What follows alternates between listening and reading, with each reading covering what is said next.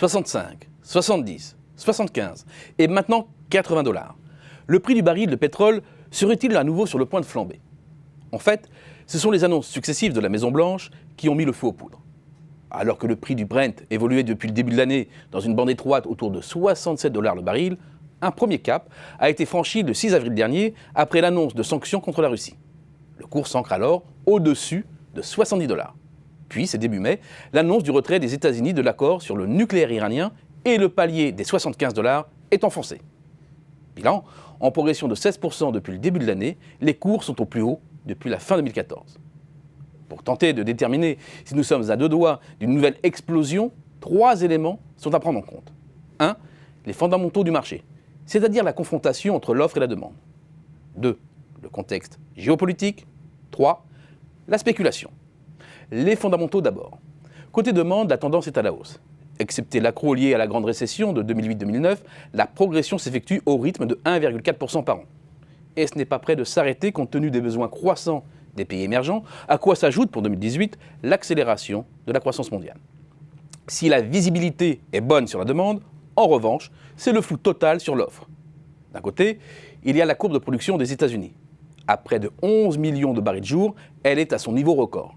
Et sur un an, la hausse atteint 1,9 million de barils, de quoi normalement largement éponger le surcroît de demande estimé à 1,3 million de barils. Sauf qu'il faut aussi intégrer la mise en place des quotas de production décidés par l'OPEP et 10 pays extérieurs au cartel emmenés par la Russie.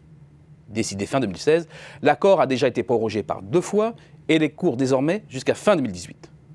L'enjeu, une réduction de la production de 1,8 million de barils par jour. Et une fois n'est pas coutume, les engagements sont globalement tenus. Un respect facilité, il est vrai, par l'effondrement de la production vénézuélienne. Pétrole de schiste américain contre quotas de production de l'autre. Le match est équilibré et l'offre mondiale plafonne depuis 2 ans, autour de 81 millions de barils par jour.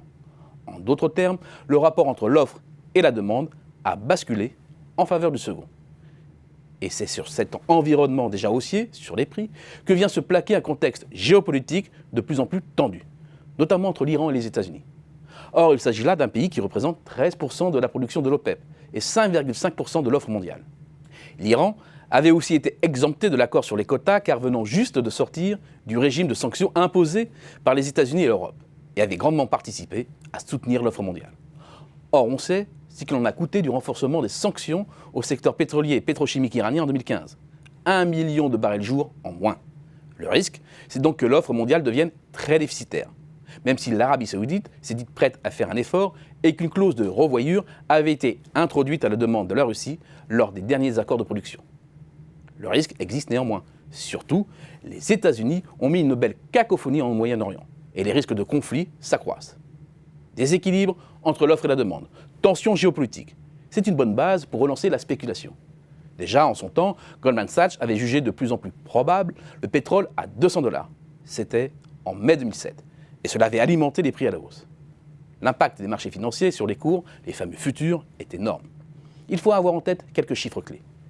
Les volumes de pétrole qui y sont échangés représentent 35 fois le marché réel. Concrètement, cela veut dire qu'il s'échange 35 barils virtuels pour 1 baril réel. C'est donc une bourrasque quand les marchés financiers basculent. Or, d'importants opérateurs misent sur la hausse et l'ont fait savoir. C'est le cas de Bank of America, qui n'exclut pas un baril à 100 $ l'an prochain.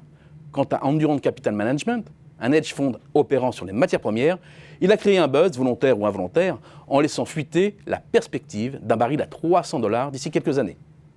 L'hypothèse d'un nouvel embrasement du prix du pétrole n'est pas encore une certitude. Mais il faut l'avouer, c'est une hypothèse qui ne cesse de se renforcer depuis plusieurs semaines.